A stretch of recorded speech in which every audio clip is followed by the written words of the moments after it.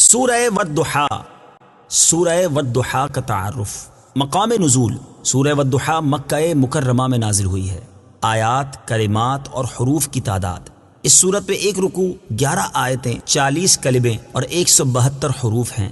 والضحا نام رکھنے کی وجہ، چاشت کے وقت کو عربی میں ضحا کہتے ہیں، اور اس سورت کی پہلی آیت میں اللہ تعالیٰ نے چاشت کے وقت کی قسم ارشاد فرمائی، اس مناسبت سے اسے سورہ والضحا کہتے ہیں۔ سورہ والضحا کے مضامین، اس سورت کا مرکزی مضمون یہ ہے کہ اس میں حضور پرنور صلی اللہ تعالی علیہ وآلہ وسلم کی شخصیت کے بارے میں کلام کیا گیا ہے، اور اس میں یہ مضامین بیان ہوئے ہیں۔ نمبر 1، اس سورت کی ابتدا میں اللہ تعالیٰ نے چڑھتے دن اور رات کی قسم ذکر کر کے نبی کریم صلی اللہ تعالی علیہ وآلہ وسلم پر کیے گئے کفار کے اعتراض کا جواب دیا۔ نمبر 2، نبی کریم صلی اللہ تعالی علیہ وسلم سے فرمایا گیا کہ آپ کے لیے ہر پچھلی گھڑی پہلی سے بہتر ہے، اور اللہ تعالیٰ آپ کو اتنا دے گا کہ آپ راضی ہو جائیں گے۔ نمبر 3، حضور اقدس صلی اللہ تعالی علیہ وآلہ وسلم کے بچپن میں اللہ تعالیٰ نے ان پر جو انعامات فرمائے وہ بیان کیے گئے۔ نمبر 4، اس سورت کے آخر میں یتیم پر سختی کرنے اور سائل کو جھڑکنے سے منع کیا گیا، اور اللہ تعالیٰ کی نعمت کا خوب چرچا کرنے کا حکم دیا گیا ہے۔ سورہ لیل کے ساتھ مناسبت، سورہ والضحا کی اپنے سے ماں قبل سورت لیل کے ساتھ مناسبت یہ ہے کہ سورہ لیل میں اللہ تعالیٰ نے حضرت ابوبکر صدیق رضی اللہ تعالیٰ عنہ پر کفار کی طرف سے ہونے والے اعتراضات کا جواب دیا، اور اس سورت میں اللہ تعالیٰ نے اپنے حبیب صلی اللہ تعالی علیہ وآلہ وسلم پر کفار کی طرف سے ہونے والے اعتراضات کا جواب دیا ہے۔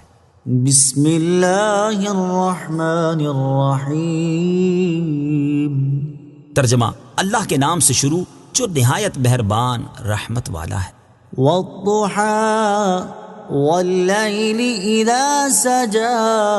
ترجمہ، چڑھتے دن کے وقت کی قسم اور رات کی جب ڈھانپ دے۔ والضحى، چڑھتے دن کے وقت کی قسم۔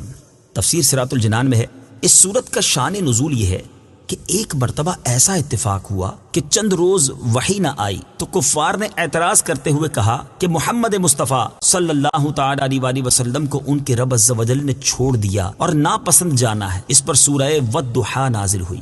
بعض مفسرین کے نزدیک اس آیت میں ضحا سے وہ وقت مراد ہے جس وقت سورج بلند ہوتا ہے، اور اللہ تعالیٰ نے اس وقت کی قسم اس لیے ارشاد فرمائی کہ یہ وقت وہی ہے جس میں اللہ تعالیٰ نے حضرت موسیٰ علیہ السلام کو اپنے کلام سے مشرف کیا، اور اسی وقت جادوگر سجدے میں گرے۔ اور بعض مفسرین کے نزدیک یہاں ضحا سے پورا دن مراد ہے۔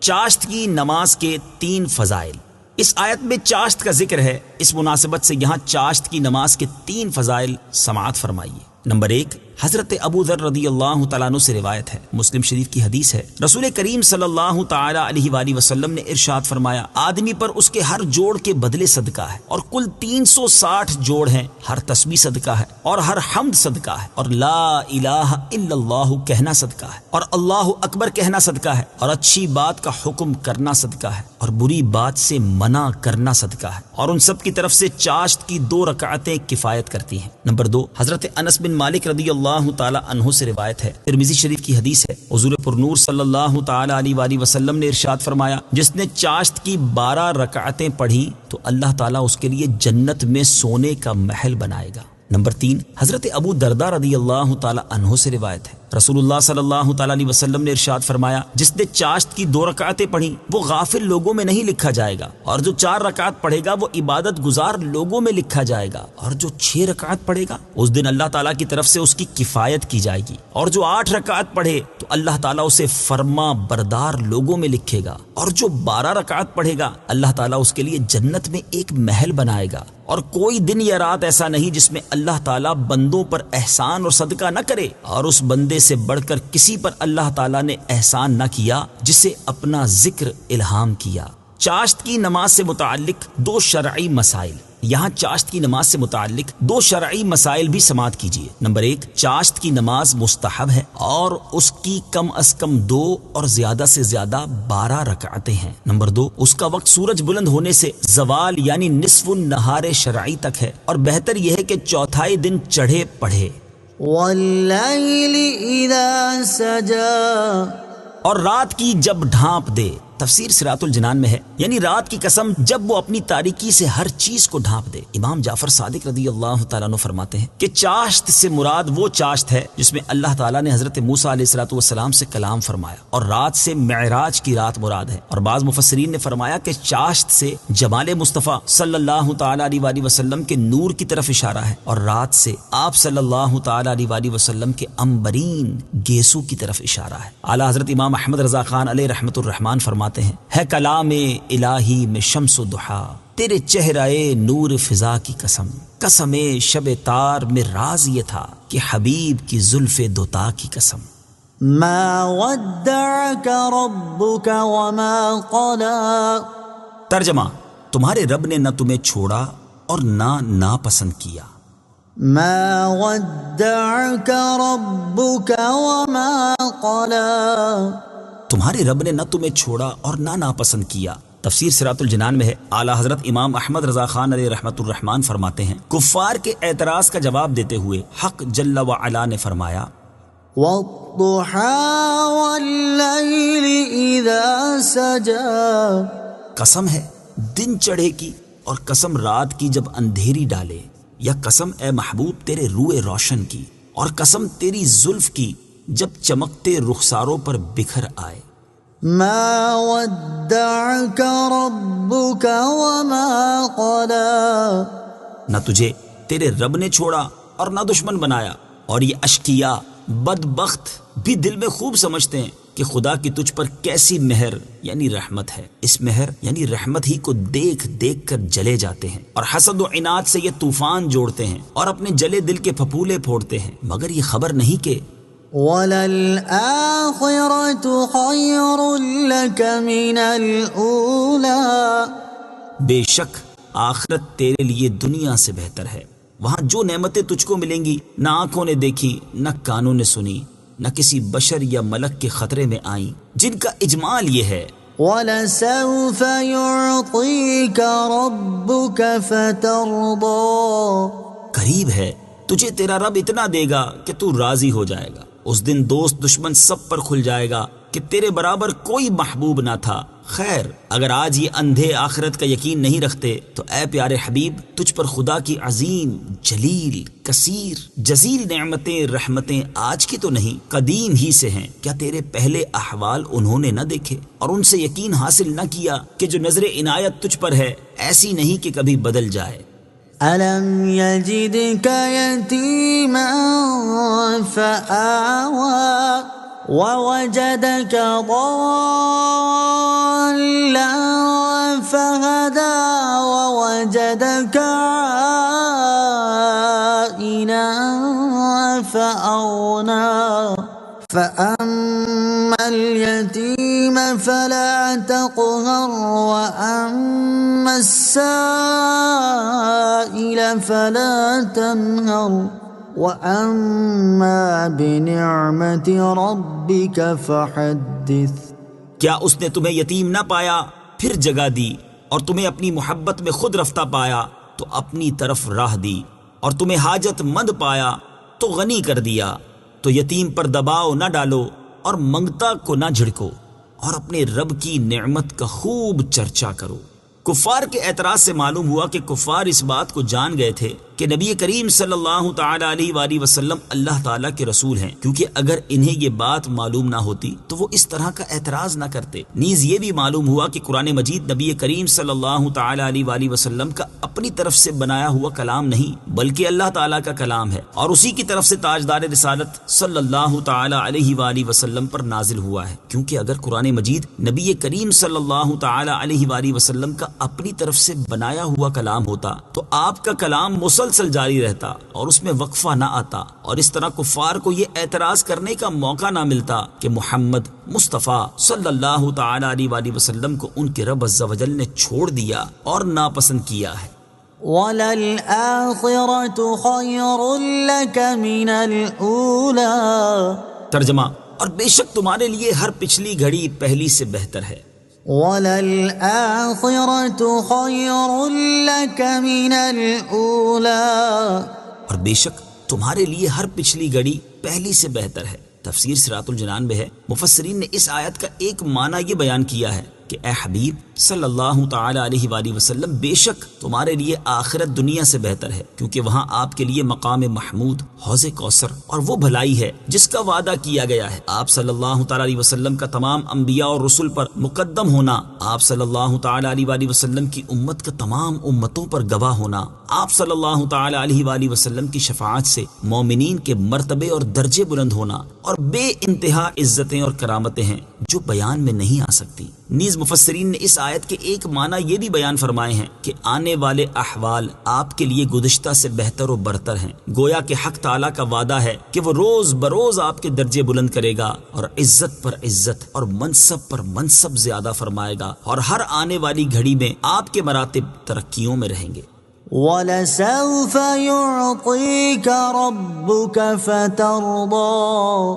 ترجمہ: اور بے شک قریب ہے کہ تمہارا رب تمہیں اتنا دے گا کہ تم راضی ہو جاؤ گے۔ وَلَسَوْفَ يُعْطِيكَ رَبُّكَ فَتَرْضَىٰ۔ اور بے شک قریب ہے کہ تمہارا رب تمہیں اتنا دے گا کہ تم راضی ہو جاؤ گے۔ تفسیر صراط الجنان میں ہے، یعنی اے حبیب صلی اللہ تعالی علیہ وآلہ وسلم، بے شک قریب ہے کہ آپ کا رب عز و جل آپ کو دنیا اور آخرت میں اتنا دے گا کہ آپ راضی ہو جائیں گے۔ اللہ تعالیٰ کا اپنے حبیب صلی اللہ تعالی علیہ وآلہ وسلم سے یہ وعدہ کریمہ ان نعمتوں کو بھی شامل ہے جو آپ صلی اللہ تعالی علیہ وآلہ وسلم کو اللہ تعالیٰ نے دنیا میں عطا فرمائی، جیسے کمال نفس، اولین و آخرین کے علوم، ظہور امر، دین کی سربلندی، اور وہ فتوحات جو آپ صلی اللہ تعالی علیہ وآلہ وسلم کے عہد مبارک میں ہوئیں اور جو صحابہ کرام کے زمانے میں ہوئیں اور تا قیامت مسلمانوں کو ہوتی رہیں گی۔ آپ صلی اللہ تعالی علیہ وآلہ وسلم کی دعوت کا عام ہونا، اسلام کا مشرق و مغرب میں پھیل جانا، آپ صلی اللہ تعالی علیہ وآلہ وسلم کی امت کا تمام امتوں سے بہترین ہونا، اور آپ صلی اللہ تعالی علیہ وآلہ وسلم کے وہ کرامات و کمالات جن کا علم اللہ تعالی ہی کو ہے، اور یہ وعدہ آخرت کی عزت و تکریم کو بھی شامل ہے کہ اللہ تعالی نے آپ صلی اللہ تعالی علیہ وآلہ وسلم کو شفاعت عامہ و خاصہ اور مقام محمود وغیرہ جلیل نعمتیں عطا فرمائیں۔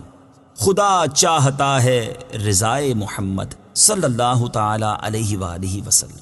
حضرت عمرو بن عاص رضی اللہ تعالیٰ عنہ فرماتے ہیں، رسول کریم صلی اللہ تعالی علیہ وآلہ وسلم نے قرآن مجید میں حضرت ابراہیم علیہ السلام کی یہ دعا پڑھی، رب إنهن أضللن كثيرا من الناس فمن تبعني فإنه مني ومن عصاني فإنك غفور رحيم۔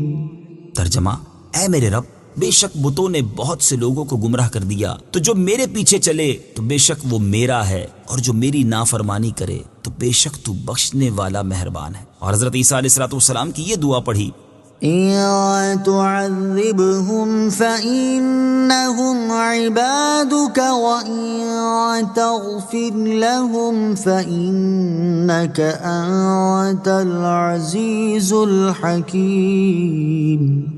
ترجمہ: اگر تو انہیں عذاب دے تو وہ تیرے بندے ہیں، اور اگر تو انہیں بخش دے تو بے شک تو ہی غلبے والا، حکمت والا ہے۔ تو آپ صلی اللہ تعالی علیہ وآلہ وسلم نے دونوں دستے مبارک اٹھا کر امت کے حق میں رو کر دعا فرمائی اور عرض کیا، اللہم امتی امتی، اے اللہ میری امت میری امت۔ اللہ تعالیٰ نے حضرت جبریل علیہ السلام کو حکم دیا کہ تم میرے حبیب صلی اللہ تعالی علیہ وآلہ وسلم کے پاس جاؤ، تمہارا رب خوب جانتا ہے، مگر ان سے پوچھو کہ ان کے رونے کا سبب کیا ہے۔ حضرت جبرائیل نے حکم کے مطابق حاضر ہو کر دریافت کیا تو سرکار دو عالم صلی اللہ تعالی علیہ وآلہ وسلم نے انہیں تمام حال بتایا اور غم امت کا اظہار کیا۔ حضرت جبریل امین علیہ السلام نے بارگاہ الہی میں عرض کی کہ اے اللہ عز و جل، تیرے حبیب صلی اللہ تعالی علیہ وآلہ وسلم یہ فرماتے ہیں اور اللہ تعالیٰ خوب جاننے والا ہے۔ اللہ تعالیٰ نے حضرت جبریل علیہ السلام کو حکم دیا کہ جاؤ اور میرے حبیب صلی اللہ تعالی علیہ وآلہ وسلم سے کہو کہ ہم آپ کو آپ کی امت کے بارے میں ان قریب راضی کریں گے اور آپ کے قلب مبارک کو رنجیدہ نہ ہونے دیں گے۔ ابو البرکات عبداللہ بن احمد نصفی رحمۃ اللہ تعالی علیہ فرماتے ہیں کہ جب یہ آیت نازل ہوئی تو حضور اقدس صلی اللہ تعالی علیہ وآلہ وسلم نے ارشاد فرمایا،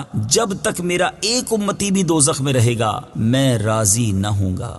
مفتی نعیم الدین مراد آبادی رحمۃ اللہ تعالی فرماتے ہیں آیت کریمہ صاف دلالت کرتی ہے کہ اللہ تعالیٰ وہی کرے گا جس میں رسول راضی ہوں، اور احادیث شفاعت سے ثابت ہے کہ رسول صلی اللہ تعالی علیہ وآلہ وسلم کی رضا اسی میں ہے کہ سب گناہ گاران امت بخش دیے جائیں۔ تو آیت و احادیث سے قطعی طور پر یہ نتیجہ نکلتا ہے کہ حضور صلی اللہ تعالی علیہ وآلہ وسلم کی شفاعت مقبول اور حسب مرضی مبارک گناہ گاران امت بخشے جائیں گے۔ سبحان اللہ، کیا رتبہ علیہ ہے کہ جس پروردگار کو راضی کرنے کے لیے تمام مقربین تکلیفیں برداشت کرتے اور محنتیں اٹھاتے ہیں، وہ اس حبیب اکرم صلی اللہ تعالی علیہ وسلم کو راضی کرنے کے لیے عطا عام کرتا ہے۔ اعلیٰ حضرت امام اہل سنت امام احمد رضا خان علیہ رحمت الرحمان فرماتے ہیں خدا کی رضا چاہتے ہیں دو عالم، خدا چاہتا ہے رضائے محمد۔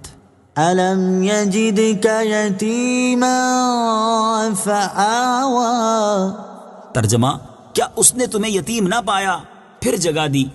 أَلَمْ يَجِدْكَ يَتِيمًا فَآوَى کیا اس نے تمہیں یتیم نہ پایا پھر جگہ دی؟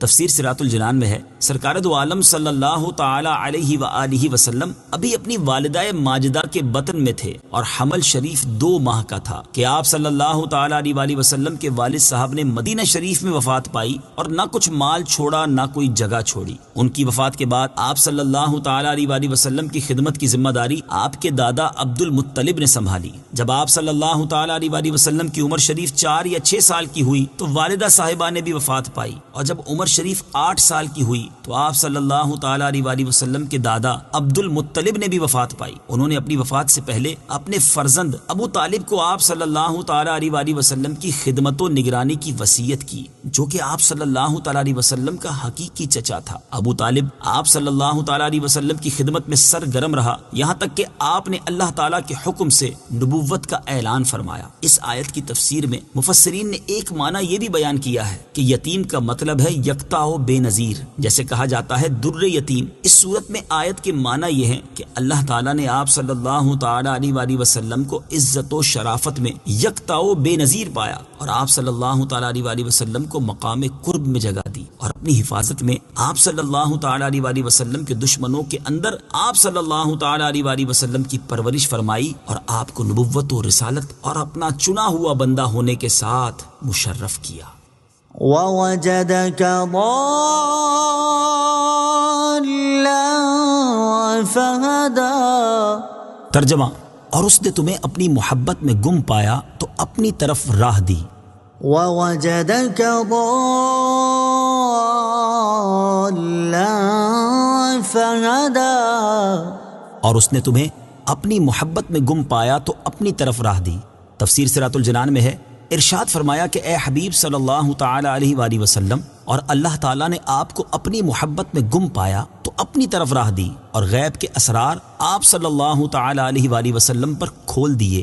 آپ صلی اللہ تعالی علیہ وآلہ وسلم کو ما کانا وما یکون کے علوم عطا کیے، اور اپنی ذات و صفات کی معرفت میں سب سے بلند مرتبہ عنایت کیا۔ مفسرین نے اس آیت کے ایک معنی یہ بھی بیان کیے ہیں کہ اللہ تعالیٰ نے آپ صلی اللہ تعالی علیہ وآلہ وسلم کو ایسا وارفتہ پایا کہ آپ صلی اللہ تعالی علیہ وآلہ وسلم اپنے نفس اور اپنے مراتب کی خبر بھی نہیں رکھتے تھے، تو آپ کو آپ کی ذات و صفات اور مراتب و درجات کی معرفت عطا فرمائی۔ یہاں ایک مسئلہ ذہن نشین رکھیں کہ اللہ تعالیٰ کے سب انبیاء علیہ الصلوۃ والسلام نبوت سے پہلے بھی اور نبوت سے بعد بھی شرک، کفر اور تمام گناہوں سے معصوم ہوتے ہیں، اور اللہ تعالیٰ کی توحید اور اس کی صفات کی ہمیشہ سے معرفت رکھتے ہیں۔ وَوَجَدَكَ عَائِلًا فَأَغْنَى ترجمہ، اور اس نے تمہیں حاجت مند پایا تو غنی کر دیا۔ وَوَجَدَكَ عَائِلًا فَأَغْنَى اور اس نے تمہیں حاجت مند پایا تو غنی کر دیا۔ تفسیر صراط الجنان میں اس آیت کی ایک تفسیر یہ ہے کہ اللہ تعالیٰ نے آپ صلی اللہ تعالی علیہ وآلہ وسلم کو حاجت مند پایا تو حضرت خدیجہ رضی اللہ تعالی عنہا کے مال، پھر حضرت ابوبکر صدیق رضی اللہ تعالیٰ عنہ کے مال، پھر حضرت عثمان غنی رضی اللہ تعالیٰ عنہ کے مال، اور پھر غنیمت کے مال کے ذریعے آپ صلی اللہ تعالی علیہ وآلہ وسلم کو غنی کر دیا۔ دوسری تفسیر یہ ہے کہ اللہ تعالیٰ نے آپ صلی اللہ تعالی علیہ وآلہ وسلم کو حاجت مند پایا تو قناعت کی دولت عطا فرما کر غنی کر دیا۔ 3 خوش نصیب حضرات اس آیت کی پہلی تفسیر سے معلوم ہوا کہ حضرت خدیجہ، حضرت ابو بکر صدیق اور حضرت عثمان غنی رضی اللہ تعالی عنہم بڑے خوش نصیب ہیں کہ اللہ تعالیٰ نے انہیں اپنے حبیب صلی اللہ تعالی علیہ وآلہ وسلم کی خدمت کرنے کا موقع عطا فرمایا۔ حقیقی طور پر مالدار کون ہے؟ آیت کی دوسری تفسیر سے معلوم ہوا کہ حقیقی طور پر مالدار وہ ہے جسے اللہ تعالیٰ نے قناعت کی دولت سے نوازا ہے۔ یہاں اسی سے متعلق دو احادیث بھی سماعت فرمائیے۔ چنانچہ نمبر 1 حضرت ابو ہریرہ رضی اللہ تعالی عنہ سے روایت ہے، بخاری شریف کی حدیث ہے، رسول کریم صلی اللہ تعالی علیہ وآلہ وسلم نے ارشاد فرمایا، مالداری کثرت مال سے حاصل نہیں ہوتی بلکہ حقیقی مالداری نفس کا بے نیاز ہونا ہے۔ نمبر 2 حضرت عبداللہ ابن عمر رضی اللہ تعالی عنہما سے روایت ہے، مسلم شریف کی حدیث ہے، رسول اللہ صلی اللہ تعالی علیہ وآلہ وسلم نے ارشاد فرمایا، جس نے اسلام قبول کیا اور جسے ضرورت کے مطابق روزی دی گئی اور جسے اللہ تعالیٰ نے ان چیزوں پر قناعت کرنے والا بنا دیا جو اسے دی گئی ہیں، تو اس نے کامیابی حاصل کر لی۔ اللہ تعالیٰ ہمیں بھی قناعت کی عظیم دولت سے مالا مال فرمائے، آمین۔ فَأَمَّا الْيَتِيمَ فَلَا تَقْهَرْ۔ ترجمہ، تو کسی بھی صورت یتیم پر سختی نہ کرو۔ فَأَمَّا الْيَتِيمَ فَلَا تَقْهَرْ، تو کسی بھی صورت یتیم پر سختی نہ کرو۔ تفسیر سراۃ الجنان میں ہے، دور جاہلیت میں یتیموں کے بارے میں اہل عرب کا طریقہ یہ تھا کہ وہ ان کے مالوں پر قبضہ کر لیتے، ان پر دباؤ ڈالتے اور ان کے حقوق کے معاملے میں ان کے ساتھ زیادتی کیا کرتے تھے۔ اس آیت میں اللہ تعالیٰ نے اپنے حبیب صلی اللہ تعالی علیہ وآلہ وسلم سے ارشاد فرمایا کہ اے پیارے حبیب صلی اللہ تعالی علیہ وآلہ وسلم، آپ کسی بھی صورت یتیم پر سختی نہ فرمائیے گا۔ یتیموں سے متعلق دین اسلام کا اعزاز، دین اسلام کو یہ اعزاز حاصل ہے کہ اس نے یتیموں کے حقوق واضح کیے، ان کے چھینے ہوئے حق انہیں واپس دلائے اور عرصہ دراز سے یتیموں پر جاری ظلم و ستم کا خاتمہ کیا۔ یتیموں کے بارے میں دین اسلام نے مسلمانوں کو کیسی عمدہ تعلیم دی ہے، اس کی کچھ جھلک ملاحظہ ہو۔ نمبر 1 یتیموں کے مال کے بارے میں حکم، چنانچہ اللہ تعالیٰ نے ارشاد فرمایا، وَلَا تُؤْتُوا السُّفَهَاءَ أَمْوَالَكُمُ الَّتِي جَعَلَ اللَّهُ لَكُمْ قِيَامًا وَارْزُقُوهُمْ فِيهَا وَاكْسُوهُمْ وَقُولُوا لَهُمْ قَوْلًا مَّعْرُوفًا وَابْتَلُوا الْيَتَامَى حَتَّى إِذَا بَلَغُوا النِّكَاحَ فَإِنْ آنَسْتُم مِّنْهُمْ رُشْدًا فَادْفَعُوا إِلَيْهِمْ أَمْوَالَهُمْ وَلَا تَأْكُلُوهَا إِسْرَافًا وَبِدَارًا أَن يَكْبَرُوا وَمَن كَانَ غَنِيًّا فَلْيَسْتَعْفِفْ وَمَن كَانَ فَقِيرًا فَلْيَأْكُلْ بِالْمَعْرُوفِ فَإِذَا دَفَعْتُمْ إِلَيْهِمْ أَمْوَالَهُمْ فَأَشْهِدُوا عَلَيْهِمْ وَكَفَى بِاللَّهِ حَسِيبًا۔ ترجمہ، اور کم عقلوں کو ان کے وہ مال نہ دو جسے اللہ نے تمہارے لیے گزر بسر کا ذریعہ بنایا ہے، اور انہیں اس مال میں سے کھلاؤ اور پہناؤ اور ان سے اچھی بات کہو، اور یتیموں کی سمجھداری کو آزماتے رہو یہاں تک کہ جب وہ نکاح کے قابل ہوں، تو اگر تم ان کی سمجھداری دیکھو تو ان کے مال ان کے حوالے کر دو، اور ان کے مال فضول خرچی سے اور اس ڈر سے جلدی جلدی نہ کھاؤ کہ وہ بڑے ہو جائیں گے، اور جسے حاجت نہ ہو تو وہ بچے، اور جو حاجت مند ہو وہ بقدرے مناسب کھا سکتا ہے۔ پھر جب تم ان کے مال ان کے حوالے کرو تو ان پر گواہ کر لو، اور حساب لینے کے لیے اللہ کافی ہے۔ اور ارشاد فرمایا، وَآتُوا الْيَتَامَى أَمْوَالَهُمْ وَلَا تَتَبَدَّلُوا الْخَبِيثَ بِالطَّيِّبِ وَلَا تَأْكُلُوا أَمْوَالَهُمْ إِلَىٰ أَمْوَالِكُمْ إِنَّهُ كَانَ حُوبًا كَبِيرًا۔ ترجمہ، اور یتیموں کو ان کے مال دے دو، اور پاکیزہ مال کے بدلے گندا مال نہ لو، اور ان کے مالوں کو اپنے مالوں میں ملا کر نہ کھا جاؤ، بے شک یہ بڑا گناہ ہے۔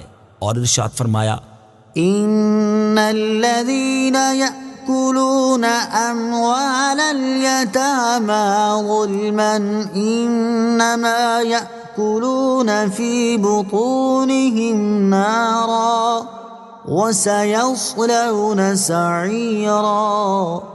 ترجمہ: بے شک وہ لوگ جو ظلم کرتے ہوئے یتیموں کا مال کھاتے ہیں وہ اپنے پیٹ میں بالکل آگ بھرتے ہیں اور ان قریب یہ لوگ بھڑکتی ہوئی آگ میں جائیں گے۔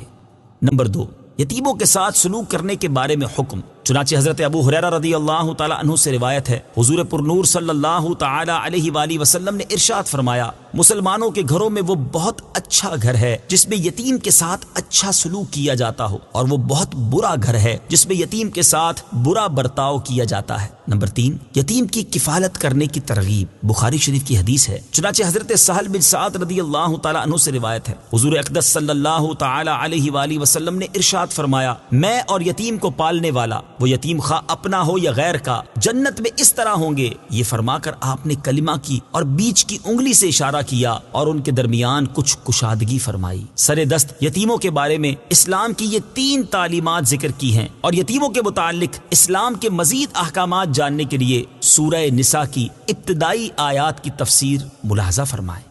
وَأَمَّا السَّائِلَ فَلَا تَنْهَرْ۔ ترجمہ: اور کسی بھی صورت مانگنے والے کو نہ جھڑکو۔ وَأَمَّا السَّائِلَ فَلَا تَنْهَرْ۔ اور کسی بھی صورت مانگنے والے کو نہ جھڑکو۔ تفسیر صراط الجنان میں ہے، یعنی اے حبیب صلی اللہ تعالی علیہ وآلہ وسلم، جب آپ کے در دولت پر کوئی سوالی آ کر کچھ مانگے تو اسے کسی بھی صورت جھڑکنا نہیں، بلکہ اسے کچھ دے دیں یا حسن اخلاق اور نرمی کے ساتھ اس کے سامنے نہ دینے کا عذر بیان کر دیں۔ اعلیٰ حضرت امام احمد رضا خان علیہ رحمت الرحمان اسی آیت کی طرف اشارہ کرتے ہوئے فرماتے ہیں، مومن ہوں مومنوں پہ رؤوف و رحیم ہو، سائل ہوں سائلوں کو خوشی لا نہر کی ہے۔ اور فرماتے ہیں، مانگیں گے مانگے جائیں گے، منہ مانگی پائیں گے، سرکار میں نہ لا ہے نہ حاجت اگر کی ہے، منگتا کا ہاتھ اٹھتے ہی داتا کی دین تھی۔ سرکار دو عالم صلی اللہ تعالی علیہ وآلہ وسلم کی اس شان کی کچھ جھلک ملاحظہ ہو۔ چنانچہ نمبر 1، غار ثور میں حضرت صدیق رضی اللہ تعالیٰ عنہ نے عرض کی، مجھے سانپ نے کاٹ لیا ہے، تو تاجدار رسالت صلی اللہ تعالی علیہ وآلہ وسلم نے اپنا لعاب دہن لگا کر زہر کا اثر دور کر دیا۔ نمبر 2، غزوہ بدر کے موقع پر حضرت معوذ رضی اللہ تعالی عنہ اپنا کٹا ہوا بازو لے کر حاضر ہوئے تو سید المرسلین صلی اللہ تعالی علیہ وآلہ وسلم نے اپنے دہن اقدس سے مبارک لعاب لگا کر اسے جوڑ دیا۔ نمبر 3، غزوہ احد میں تیر لگنے سے حضرت قتادہ رضی اللہ تعالی عنہ کی آنکھ نکل گئی اور وہ اپنی نکلی ہوئی آنکھ لے کر بارگاہ رسالت صلی اللہ تعالی علیہ وآلہ وسلم میں حاضر ہو گئے تو رسول اکرم صلی اللہ تعالی علیہ وسلم نے لعاب دہن لگا کر ان کی آنکھ کو درست کر دیا۔ نمبر 4، غزوہ خیبر کے موقع پر حضرت علی المرتضی کرم اللہ تعالی وجہہ الکریم نے آشوب چشم کی شکایت کی تو نبی اکرم صلی اللہ تعالی علیہ وآلہ وسلم نے اپنا لعاب دہن لگا کر ان کی بیماری دور کر دی۔ نمبر 5، اسی غزوے کے موقع پر حضرت سلمہ بن اکوا